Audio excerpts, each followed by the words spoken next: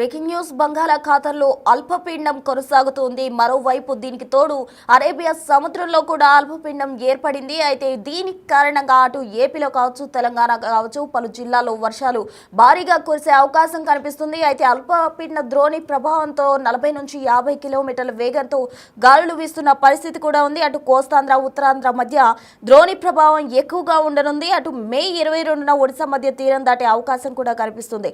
హైదరాబాద్ సహా వరంగల్, హన్మకొండ, కరీంనగర్, సిద్దిపేట అలాగే నిజామాబాద్లలో భారీ వర్షం కురిసే అవకాశం కనిపిస్తోంది. మరోవైపు మెదక్, కామారెడ్డి, నిర్మల్ సంగారెడ్డిలో మోస్తరు వానలు కురిసే అవకాశం, అట్లాగే రాయలసీమ, ఉత్తర, దక్షిణ కోస్తా, ఉత్తరాంధ్ర జిల్లాల్లో పలుచోట్ల చెదురుమదురు వర్షాలు కురిసే అవకాశం కనిపిస్తుంది. మరో 4 రోజుల్లో కేరళలోకి నైరుతి రుతుపవనాలు ప్రవేశించనుండడంతో వర్షాలు కురిసే అవకాశం కనిపిస్తుంది. ఈ నెల 26 నాటికి రాయలసీమ మీదుగా ఏపీలోకి ఎంట్రీ ఇవ్వబోతున్నాయి నైరుతి రుతుపవనాలు. అయితే ఏపీలో చూసినట్లయితే కోనసీమ, తూర్పు గోదావరి, కాకినాడ, కృష్ణా, పశ్చిమ గోదావరి, నంద్యాల, కడప జిల్లాల్లో భారీ వర్షాలు కురనున్నాయి. ఇక కోస్తాంధ్ర, ఉత్తరాంధ్ర మధ్య ద్రోణి ప్రభావం ఎక్కువగా ఉండనుంది. మే 22న ఒడిశా మధ్య తీరం దాటే అవకాశం కూడా కనిపిస్తుంది. మరోవైపు ఉరుములు, మెరుపులతో కూడిన వర్షాలు పడే అవకాశం ఉండడంతో వాతావరణ శాఖ ప్రజలను అప్రమత్తం చేసింది.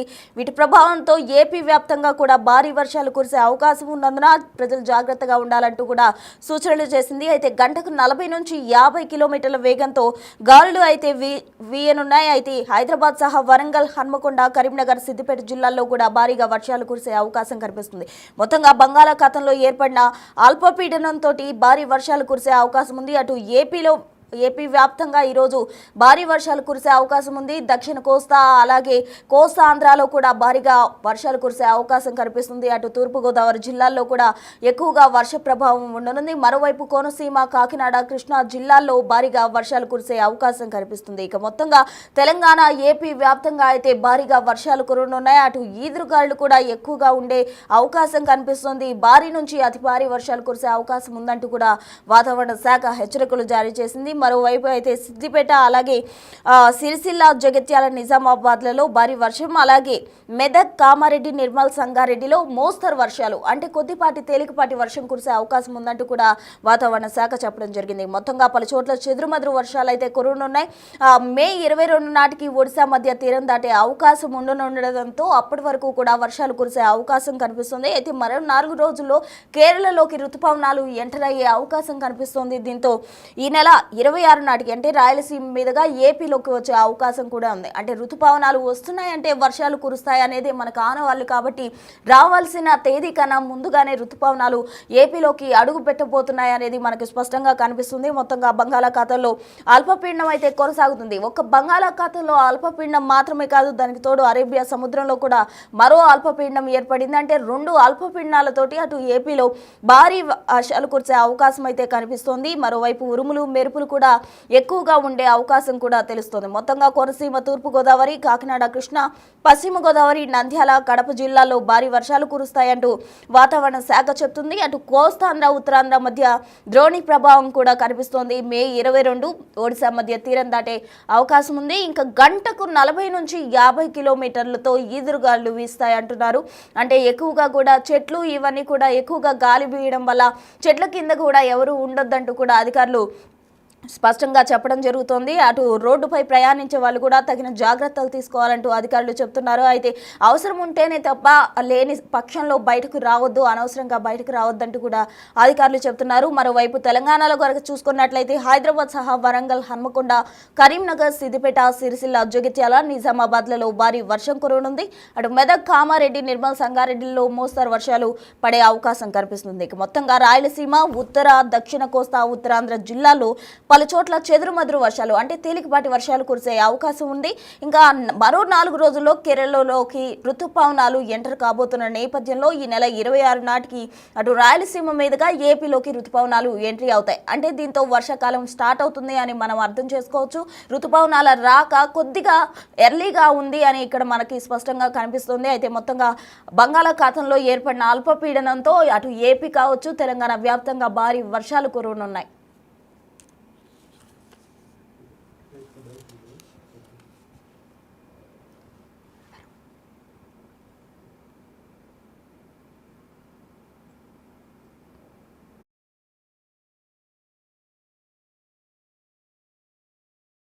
ఇక ఇదే వర్షపాతానికి సంబంధించి పూర్తి డీటెయిల్స్ మా ప్రతినిధి రాజు అందిస్తారు వైజాగ్ నుండి.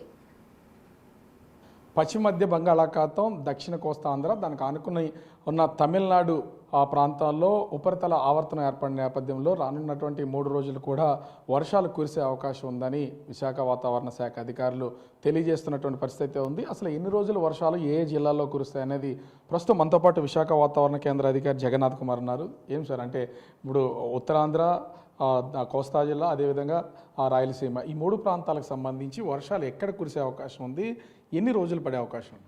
దీనికి ముందుగా ఉన్న వాతావరణ పరిస్థితిని తెలుసుకుందాం.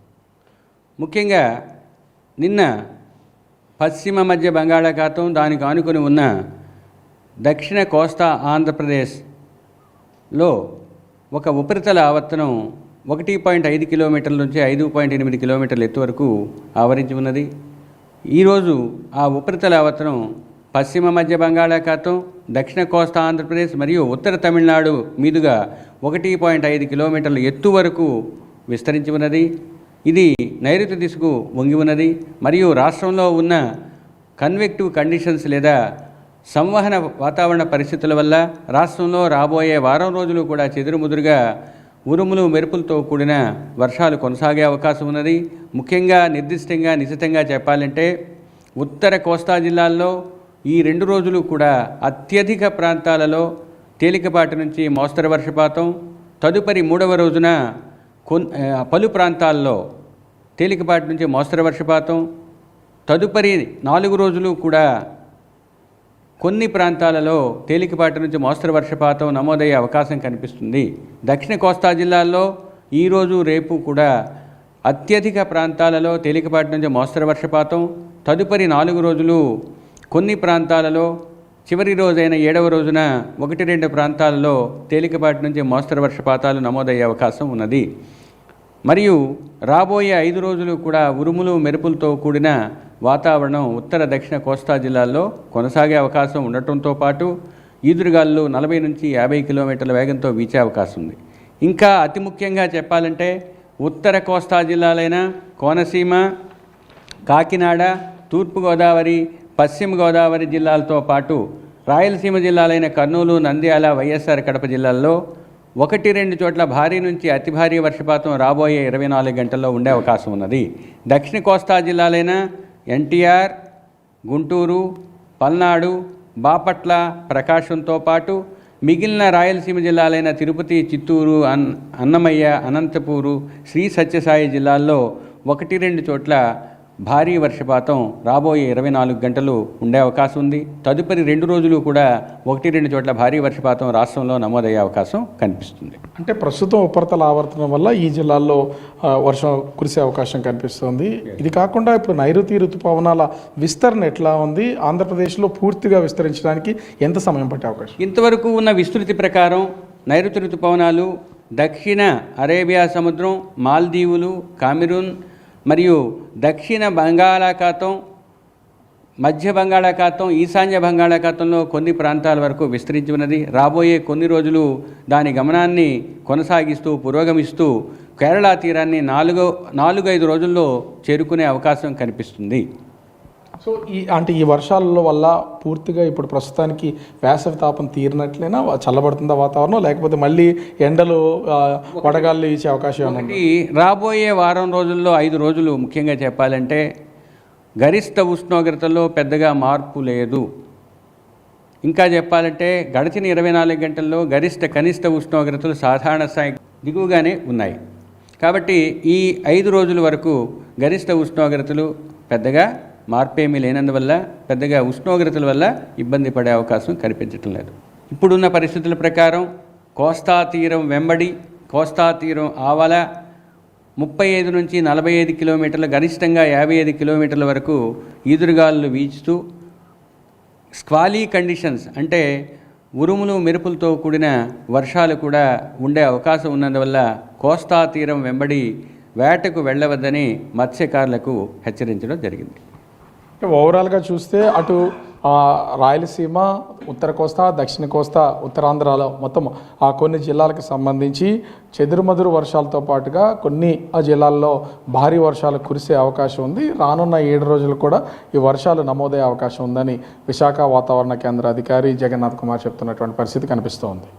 కెమెరామెన్ రాము.